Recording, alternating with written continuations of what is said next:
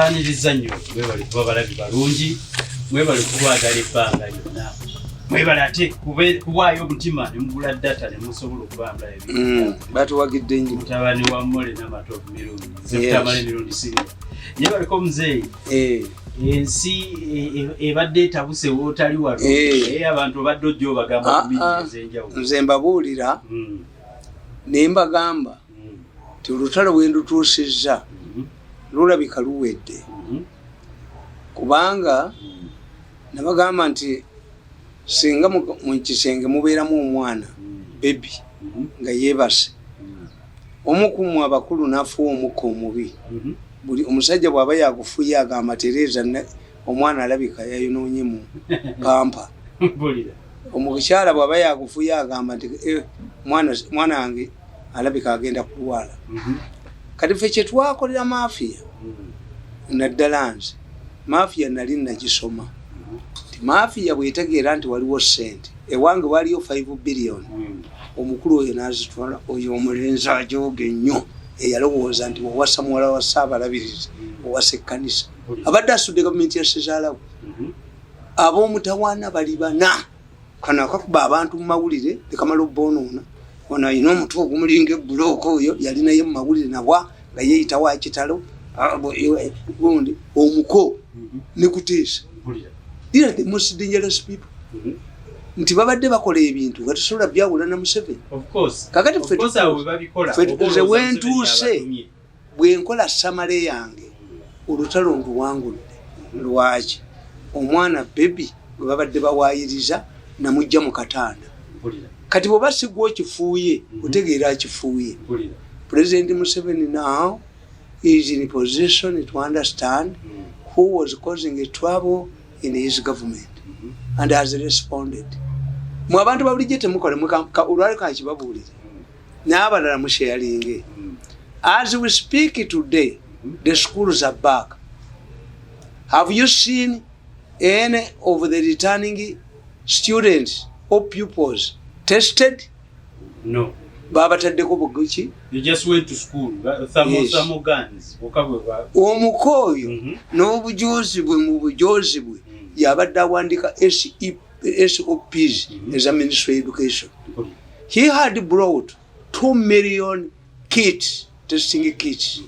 Had brought ambulance, mobile clinics. Had brought tons and tons of sanitizers. Nga byonna biyina kuyita mu SEPs ezikoleddwa mu Ministry of Education. I pity people like omusajja oyina PhD miyingo ng'ono omwana akujooga genda ewuwo oyina amasomero go I left government nga tajja kunjooga kyemwagalamu kiri kimu kyokka nalweso yakwata 5 billion n'azimuwa zenzangobya. I need that money. If Nalweso does not return this money in the current situation, era yono Uganda collected at least take mukama k'empologoma. No question. I can assure you. Empologoma ebanja. Empologoma ejja kubanja sente Nalweso agiteekemu akamwa. This 5 billion that caused my troubles. Kuba yali ayagala zitwala. Obujozi bwe mubye we mutuusizza. The money must return. I'm not joking. I'm a very serious man. Nalweso must return the money he gave to this young man. Ng'ajooga mpita embwa n'aleetawo n'eddooni amutaddewo mbu nze ŋŋende nolinjo batta abo abaana. Naye kyesitegeeranga muzeeyi esente ezo zaali ziyitawo nga pakasi yazo yali zaali zakola mubire gundi publicity. N'ayogalo ziryo nakana kalina omutwe ogukalinga ebbulooka nakana akankuba mu mawulire bonna mbakubye mbatadde ku ttaka. As we speak today, all of his contracts in the Ministry of Education have been cancelled by the President. He is now stuck with his sanitization liquid. He is stuck with the 2 million kids. Okuza abaana mu masomero babigobye. President namulagira adde bwe yeba up to March. Katukubireko Museveni mu ngalo omuvubuka amukubye. Kuteesa yakyayina akyaguguba ti omwana waako mawenge adde bamwongere. Kasakutte ku kuteesa n'akwata ku oyo omuvubuka n'akwata ku mafia gang. Mafia gang is split into 2.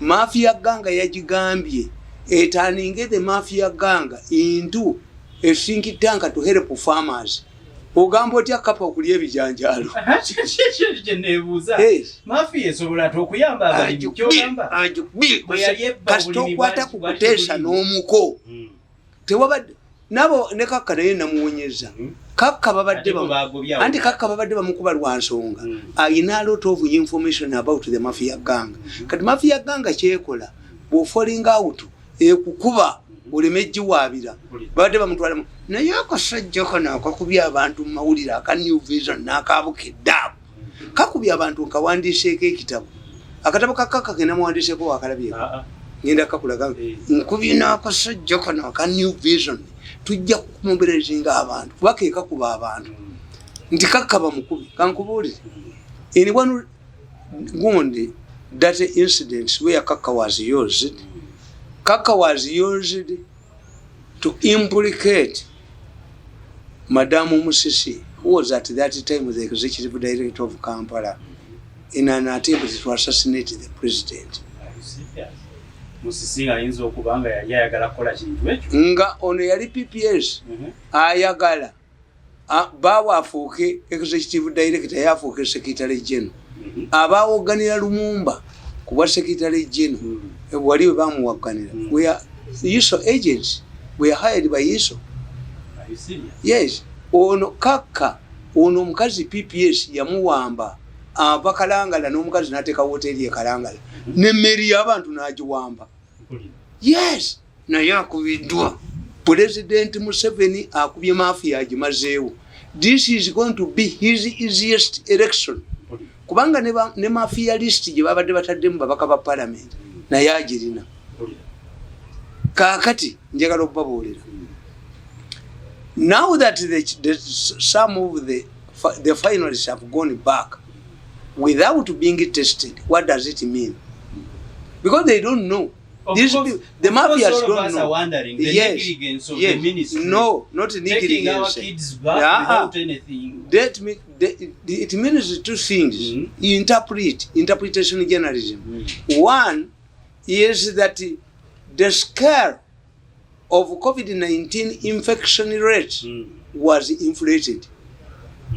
Obulwadde era omulenzi oyo yagamba nono omuwala abbira mu health ne mulamu we omanyi nti baleeta etteeka every Ugandan who says that COVID-19 does not exist should be arrested. Of course. Ng'oyo omuwala yakuba lukwago oyo omuwala yakuba lukwago ajjo nga mulamu gwono omubbi awunye nnyo akakanuga obusuma akanuga obusuma ne bwe kabeera mu lifuti kanuga obusuma nga ke kamuleese bakuba lukwago ne bamugjawo lukwago naye abafuukidde enganzi kyenenya ku lukwago yakkiriza okugenda obbakolera nze siridda.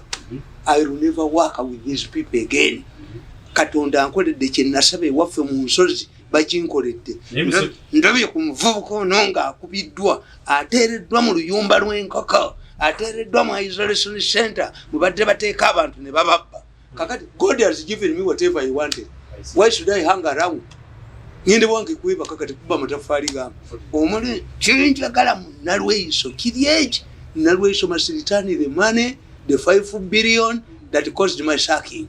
If she does not, a lion or a lioness will collect the money. Kakati nkugamba tietasa amanyi ago mzee kanavaawa akatwala empologoma amanyi tugayina. You wait. Is there option to give me my 5 billion because if you are accused of killing somebody and you are sentenced and somebody emerges alive, you can kill, it becomes your property. Bampayiriza bwerere esente bayina zikomyawo wentuusiza omulenzi oyo ategeddewo ate tewali kunsimuka buli ne muggulu no reconciliation. Kakati mbagamba, let us interpret the situation. One, the government has managed, the president put up a task force away from the Ministry of Education. Because I told you, nti president yayina 150 billion Kasaije yali agala okubba nti amasomero gadde mafia yagala amasomero gadde gakole wiki 3 gadduke ayina omuvubuka abadde ayina ebintu bingi byonna. Even do you remember when he calculated that he was going to get trillions? Yes, trillions. Kati Museveni yamubiri ali isolated ali mu luyumba wafulumira wonna bakwata mukwate obujozi bwembumazeewo yanereka mukubye mwabiza. What I need is money. The 5 billion always will vomit it. No question. I want to tell you.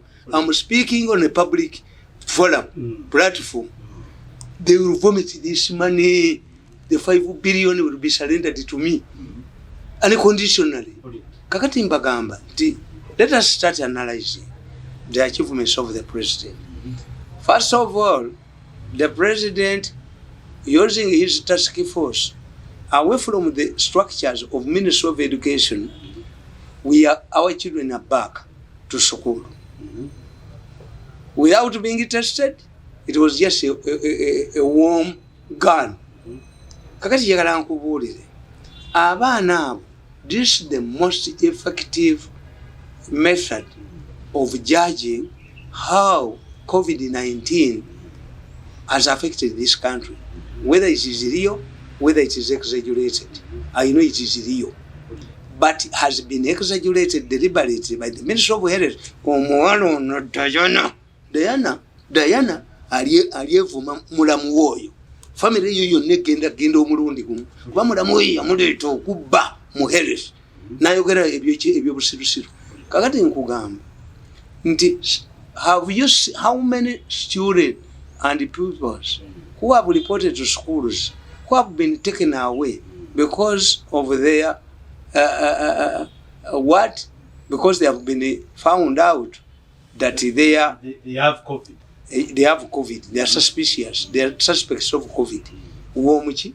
Samogan. Wabalabieko? Because if they were there, we would see them being returned home and their parents being rounded up to isolation centers.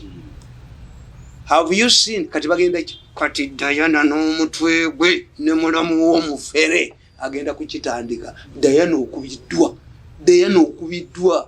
All of those who have been peddling alarming figures are down now. Yes. Because this is like a census.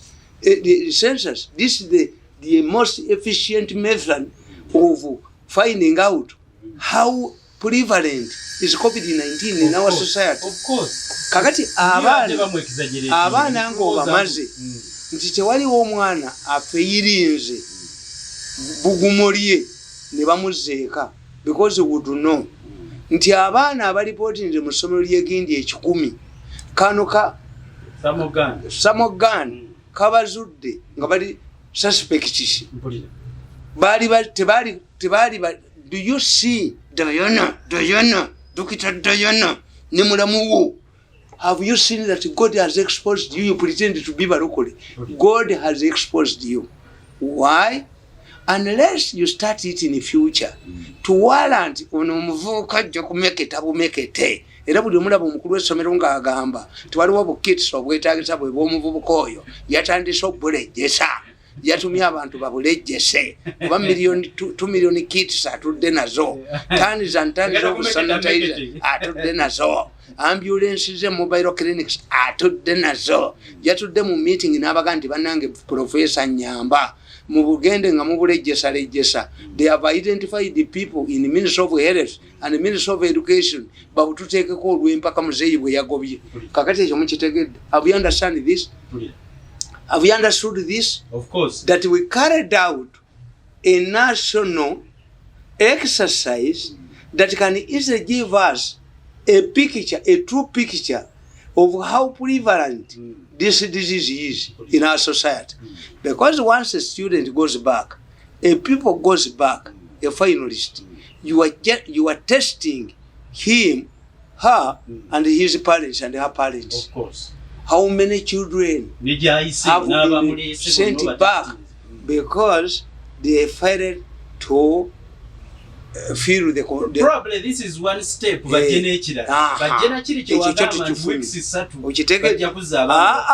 3 ne UNEB bali tebajiwadde kati we are going back to 3 terms. Omulenzi yakubiddwa ku neregamu mulenzi gwe kwolu wasangambwa. The Baganda tell you that if you meet the first thing you meet on your way, as you emerge out of your gate, and it appears to be a dog, it emerges to be a dog, you go back. Kolo Nalweyisa yasanga mbwa, Nakalema yasanga mbwa, bwe bali bafuluma amaka gaabwe okunwanyisa, Kolo basanga mbwa. They met a dog as the first creature they met on the way. Mu science waffe oli gwotegedde kasita osanga embwa togenda. Endiga bw'oyita ku ndiga n'etakaaba you go back.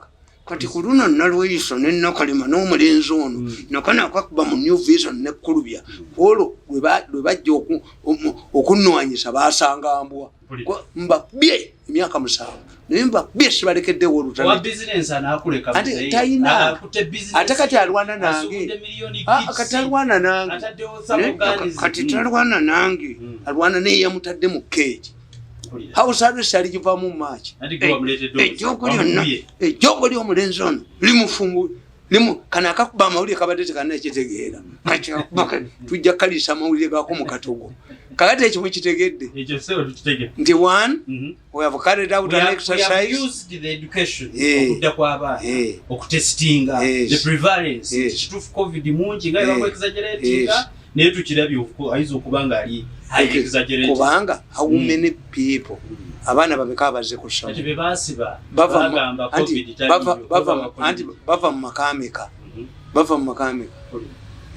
no ffe mbawule tukimanyi something can be defamatory today ate mu future nekitaba defamatory kakati baleeta etteeka mu 86 erya secretarian bill secretarian law nti wogamba omuntu oli munyarwanda oli ki bakusiba kakati ate today people mention themselves as Munyarwanda, I'm not a Muganda. Of course. Which means the secretarian law is the function now. Kakati omuntu ayinza okugamba embwa eyo erina amagezi. Ate dda ng'embwa kyali kivumu. Embwa eno erina amagezi. Yes. Kakati ebintu ebimu ffe bwe tuba tubala situation changes and what used to be defamatory becomes normal. Of course. So ekyo nkimanyi. Kakati eyo item emu tuyigatteko. The President Museveni has successfully using his task committee away from the Ministry of Education has managed to put our children back to school without incurring omukulu yali agambye nti buli mwana ajja kumutestinga ku mitwalo 4 ng'amaze okubala trillions. Yes. Ne Diana mulamu we yakukola bubi family yammwe yonna egenda kufa. Diana tasobola kutambula mu kibuga ate waliwo proposal ti abakazi abajoze ennyo eggwanga lino bwe bali gwa muyinza batwalibweko butabika mu basajja abalalu babagalireyo wiiki namba babakole focalization obubina bukendeereko kubanga bajoze nnyo ensi eno. Kati Diana, the Minister of Health and the Minister of Education which came up with those you call them what? SOPs. How Museveni has exposed them in the open. Yagenda najja abasajja bamugamba Museveni abazungu aba Red Cross ndi twagala okujja twetaaga truck 50 okumyawo Ugandan refugees abali mu Sudan, Southern Sudan. Museveni nabaga nti they are 77 kilometers. A human being can walk 30 kilometers per day. They can walk in 2 days. I don't need to give you money for trucks. Era Museveni yawandika mu kitabo ki ti once he allowed these refugees to come back, they come on foot. In 2 days, they were inside Uganda. Nayaganti, as they were walking, they were voting, they were expressing a vote of no confidence in the Red Cross. As our children went back, their feet were exposing, were embarrassing the Minister of Education and Minister of Health. Of course. Because mubadde mutu ogera nga mutu limba nga mwogera bino nabiri covid bwakuttewa kati abala sulaba no tiwali akomyewo waka ekitegeeza n'abazadde bali safe. And the moment we fail to achieve this, because toyinza kubeera nga priest yajja mu church n'agamba baasanzeemu ti abantu bakuno temusoma. No, you say praise those who are in attendance. Kati mu bwe munaalowooza to exaggerating COVID-19 so that this man trades in COVID-19, gets his trillions for his war chest. Then it means abantu bajja gamba nezo formula zemuleseewo tezikola. A human being akowa mangu. A human being obwenge bwe bumu mu America ne Trump yenyini president ya violating. Yes, a human being is a human being. What constitutes kati bwogambi ti Trump olwagenze mu hospital yawonye. Owabungereza bwe yagenda mu hospital prime minister yawona. Kakati bo bakimanya abazungu nti you must have the same facilities. The prime minister's facilities must be accessible to all the citizens. Yes. Eno mwe mumanyi nti omukungu enkoko oluwombo lw'enkoko lwaki kati babazungu bakimanyi. If there are drugs which can help Trump to return to the campaign trail means you have a drug. The drug is around. Of course. Because a drug that is accessible to the president of the United States must as well be access to the population. Of course. Kati weche batamanyi nti gobona ogamba ekyokubiri ekyabalema abantu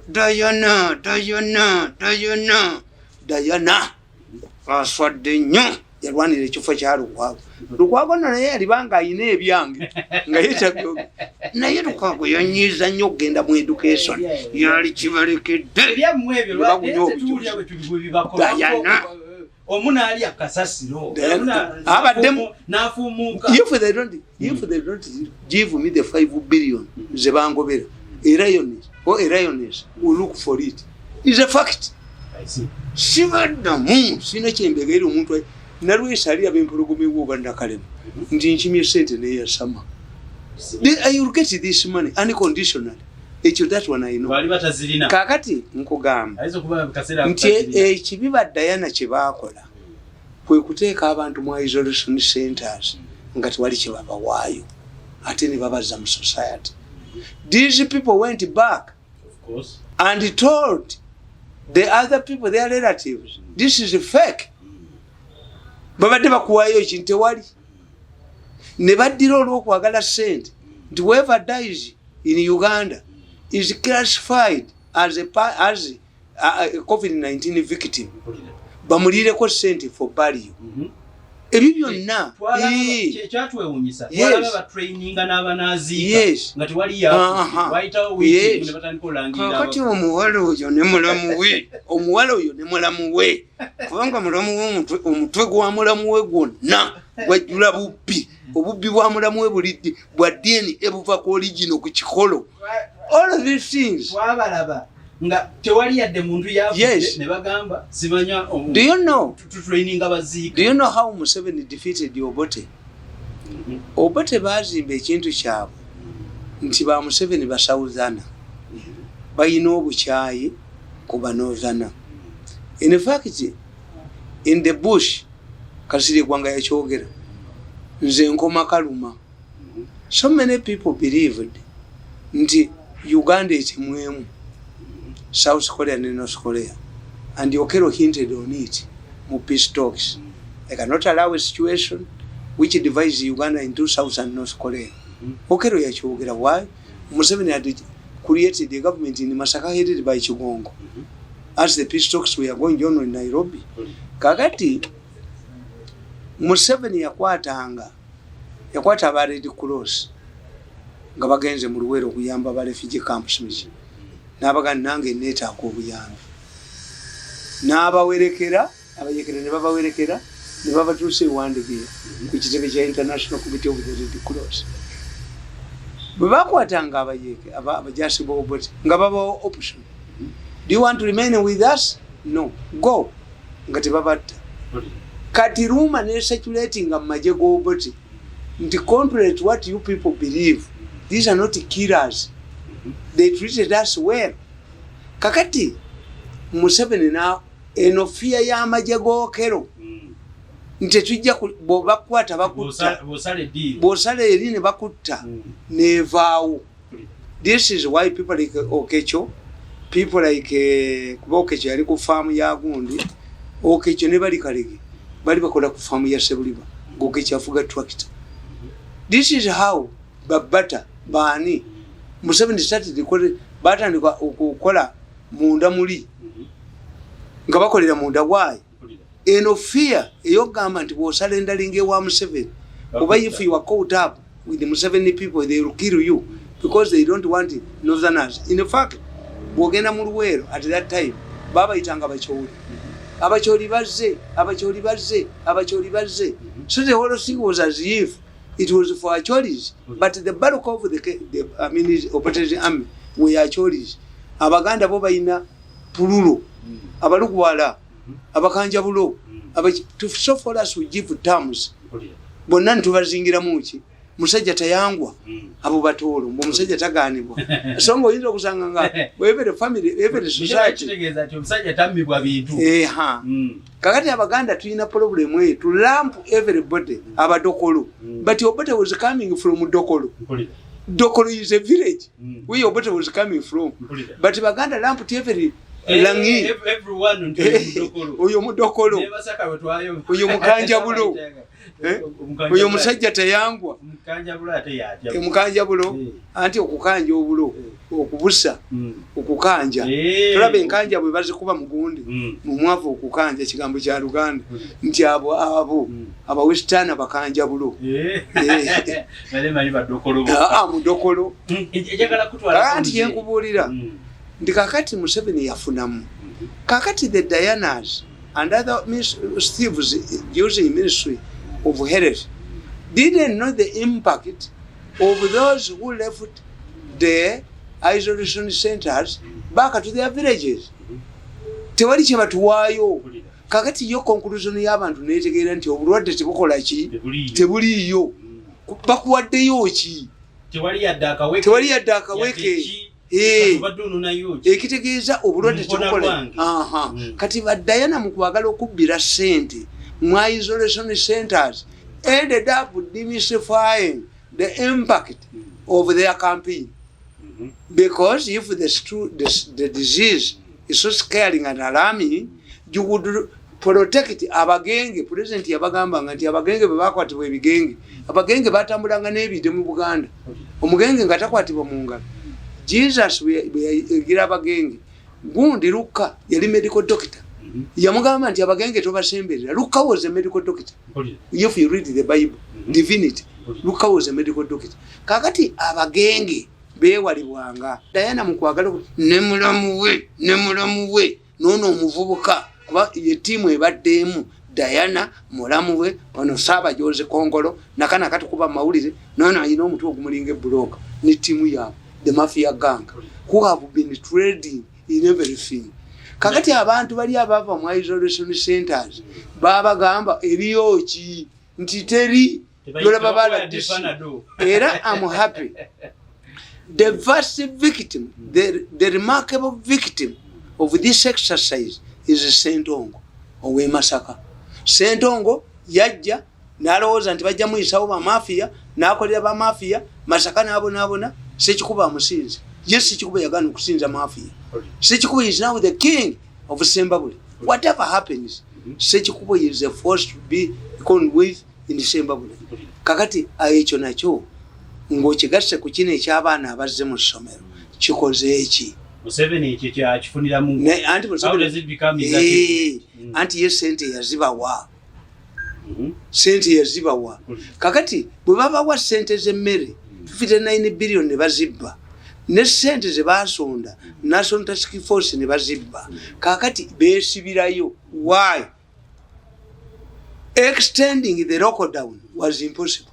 Abantu bali bajja kuyiwa mukulu mu luguudo. Of course. Bakubanga mawulire akasajja ka New Vision ko naye kajja kusasula. Kasajja kujja kusasula. Ojja kuli akatogo k'amawulire akatogo ebijanjalo n'amawulire ge nga tugafumbye mu katogo nga abantu bakafunziza ate kanaddukirawo. Tekayina wakuddukira. Kulubya yejja kubirwa wano nga kikeri. Kakati nkugamba nti bwe bakubanga ebintu ebyo kati one they have lost the children have gone back to school and we don't see ambulances medical teams taking away those who have been rejected to go meaning that even their parents would be taken in isolation centers. The second point is that isolation centers became commercial. Those who were taken to isolation centers were treated badly. So, but eventually they came out and told the people, circulated the rumor against them that what is happening in isolation centers is fake. Omwami oyo bwe bagudde ekisaawe abadde alina wooteeri ye mwabatwala olw'empaka omulenzi oyo Museveni amube ne sente azimuggyeko kuba ajja tutabulatabula ajja kweyambisa ssente ng'ono bw'ayagala okuwaganyala mbu omwana walemeremu waganyala bajja kubba bakufumudde mu electoral commission business bazisse kaakati ekyokusatu President Museveni yaganye baasi za mulamu we who has been project ya baasi tegenda kuyita yazigobye baasi yazikola dda mulamu we baasi za mulamu we Museveni famire ye yebadde mu kubya ekigo oyo omuko kuteesa mbabanyonyodde ndi kuteesa yayingira ekibuga nakikuba nakimalawo nakuba butoda nakimalawo naleeta baasi ze kubanga baasi ezo mwe temwategeera yafuna grant ate neyewolerako sente ate nga baasi ze zikozesa mafuta g'ebunyolo agali crude nakola sente ze nayevuwaza butoda nakireka wali natukuliyetingira a mass of unemployed people. This is why nabagamba nti President Museveni mu 2011 Besigye defeated us with a margin of 4,300. In 2016, Besigye expanded his margin. I don't know by how many percent, how many times, because yatukubisa n'emitwalo 17 from 4 kubanga kuteesa baasi zali zimaze ettaka lyonna mu Kampala ng'omwana oyo ali mu Kampala n'atikomya abantu n'agoba abantu ku leerwe n'agula akatale akafu n'alumba lufula n'alumba buli kimu oyo asaana kubanika kalabba basaana batunde wooteeri ze asasula akatale kano aka Busaafi ke yagula bilioni 2.7 omwana oyo yonoona ekibuga omulenzi oyo yayonoona ekibuga ebiseera bye byonna ebimalanga mu bubbi kati naddira omanyi nti oyo omwana nga minister in charge of the president yatunda gondi government printers omwana oyo naddira yali manager namusibisa mu komiti nedda naye alinga kano naye yennyini alinga kano akamawulizi alinga kano akava esironko kajja nakaveera bajja kadizaayo mu kaveera vu n'omwana ono bwe yakola kuba ekibuga kyonna nakimalawo ne kuteesa natwala ekibuga kyonna nakimalawo lwaki be basinze ettaka eddene mu Kampala bazzukulu bakkulubya omwana oyo muzzukulu wa kulubya ettaka yalijja wuno yajjawunya oluwumu where did he get all of this land tujja kumutereka alifiira mukaja oyo omwana ajja kufiira mu makooti g'abazungu oyo omwana okuneregamu tumwebaze yaneregamu he will end up in European jails kuba balowooza nti ebintu byonna babikola bakyayise Museveni mu kibuga Museveni abantu beekugunge bamusuule nga basigaddewo kyobala buli muntu yenna abaddaga nti Museveni yalemeddwa nga bo bamwekwesembu. Yes, I've been telling you it is not Museveni. Some family members wanted to remove him. Ngono omuvuka alowooza mbu ayinza okusika wajjawo omukoddomi w'omuntu asikira ssezaala we talina baana be ejjoogo lyonna kati andaba ejjoogo lina baana ekibiina mwe babadde babbira ekya fellowship kyekutuddemu ate kamwenda kabavumye kamwenda kagaye nti bati balina magezi bano balinga omusajja akwata ekirombe nga talina gyatunda goloti ogenda bawulya nga boogera kaakati nkugamba ekya baasi Museveni yakikubye Museveni ekya baasi yakikubye baasi mulamu we yabadde aleeta baasi yazikozesa dda ziri ate anaaziyisaawa ajjeko abantu emirimu oyo mulamu yamukubye kakakanya ebikooyi kuba yalowooza nti bayeka yalwana mu nsiko kyava ajooga abantu najo mbusite mbubateekeyo bawoona omukola mmole bakole ne stekansi endagaano nti ejja kubawanga bilioni 6 buli mwezi ffe nga balina takisi ffenna atugobyemu ne baleeta kamayambala akalinga omulambo ogudduse mu kofe ne baleeta kino ekikazi kinnamugwanya Namugwanya ave mu Kampala. The president should remove Namugwanya. Namugwanya has been defeated by Harono people. Nafonde tumwagala ko yagamba ndi ababoda boda bayino bubina bunene. Buli kemizinda lujifu wawala. Kakati bwe bata Namugwanya. You help Museveni. Resign.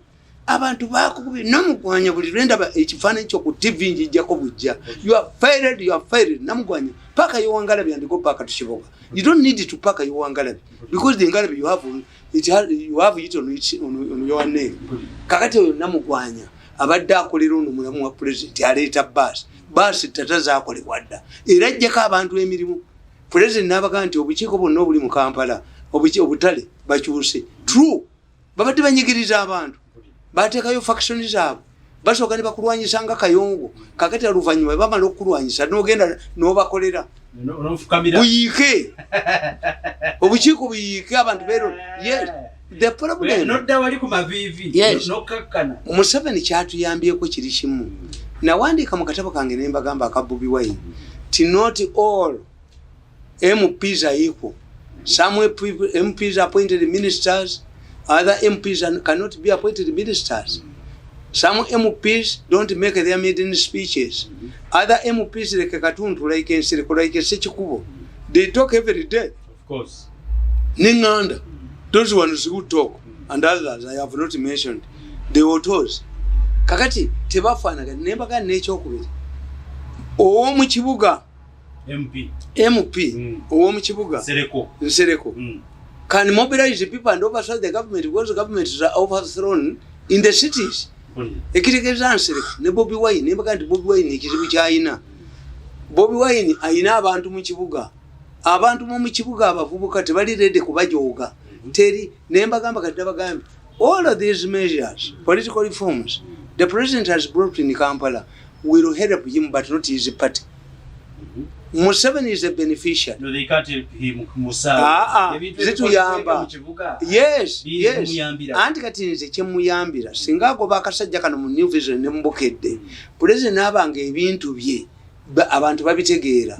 He has ensured million bina eza leya ezokusasanya amasanyalaze bali kasajja yali agala zibba n'egidutu n'abagamba mugenda luzira yakoze yalagidde bazimbe wingi ekitali Kasayija ayinza kuba prisoner number 1 Matia Kasayija ono omukazi mu family wingi ayinza okuba gidudu akwate ku sentence of number 1 prisoners mu wingi.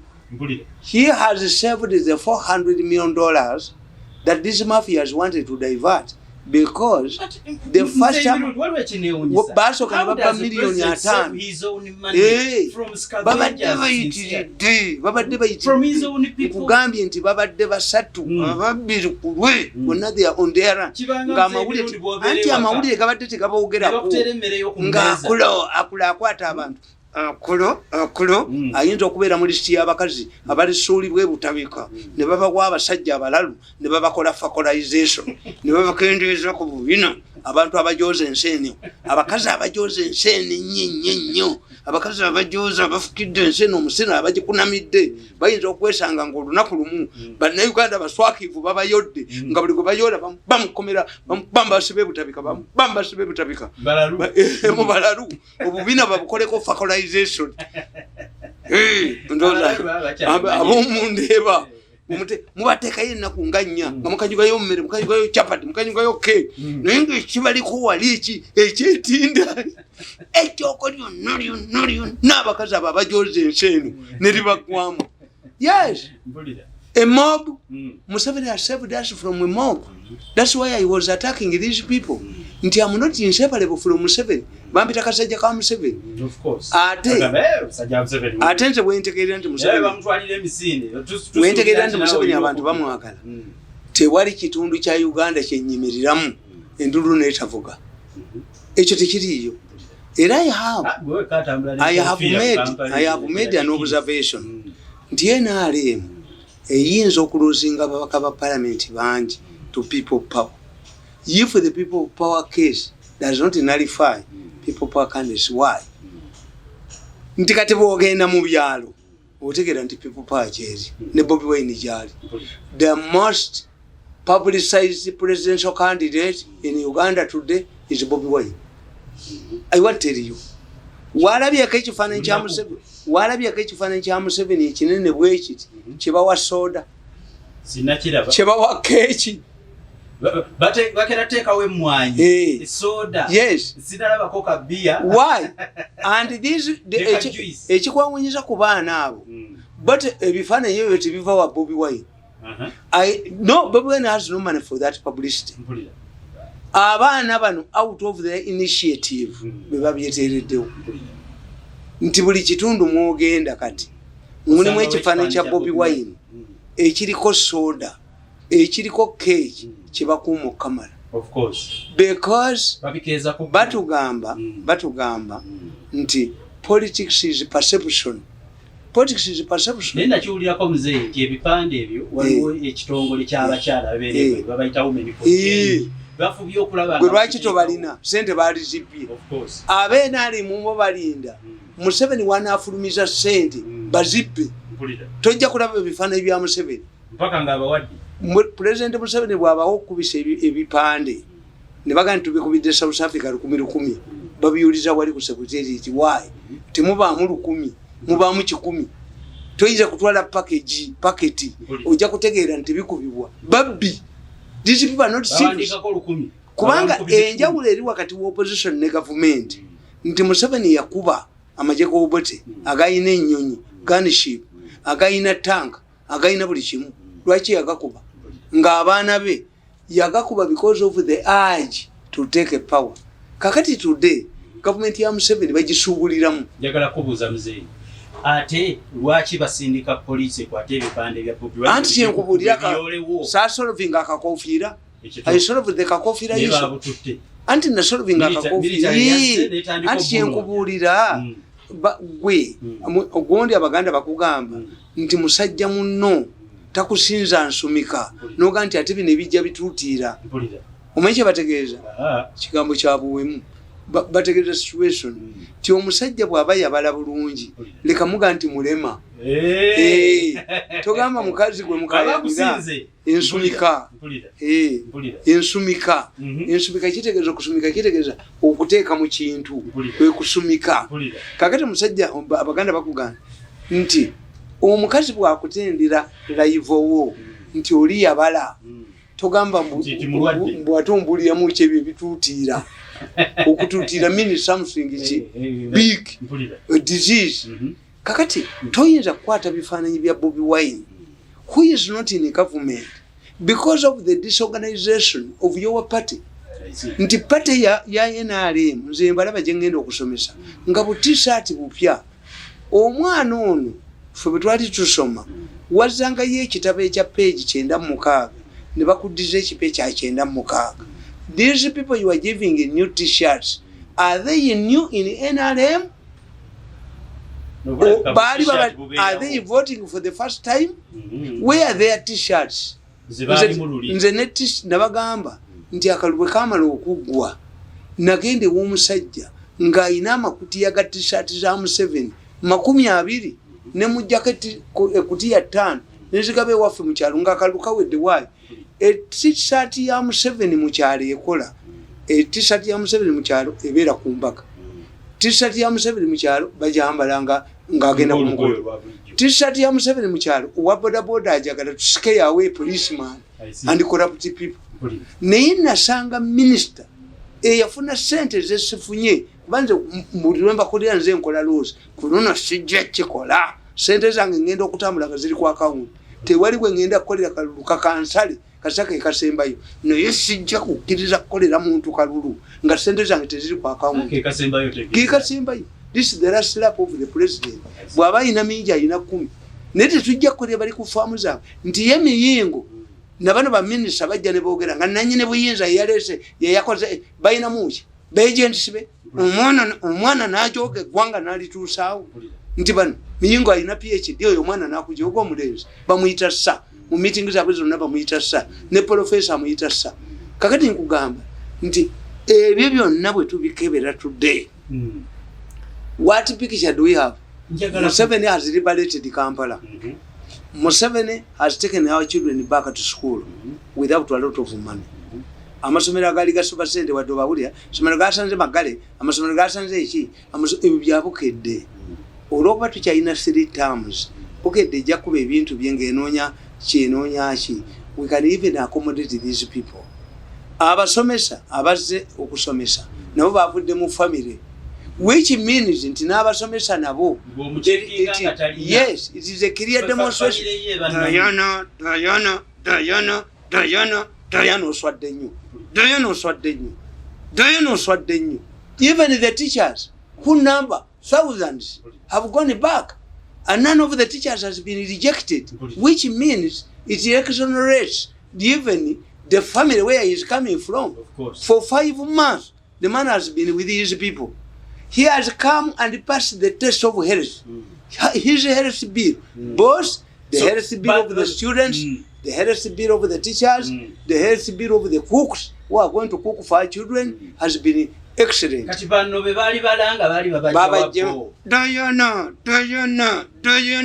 Diana mulamu we yakukola bubi walilemedde kukujjanjaba president. Diana oswadde nnyo, Diana oswadde nnyo.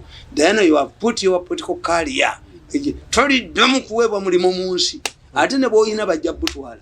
Diana oswadde nnyo, Diana owemuse, awemuse Diana lwa mulamu we kuba yajja mu kizirika bajooga bujozi. Ojooga nange onjooge mi onjooge simukubye ne muteeka muzu.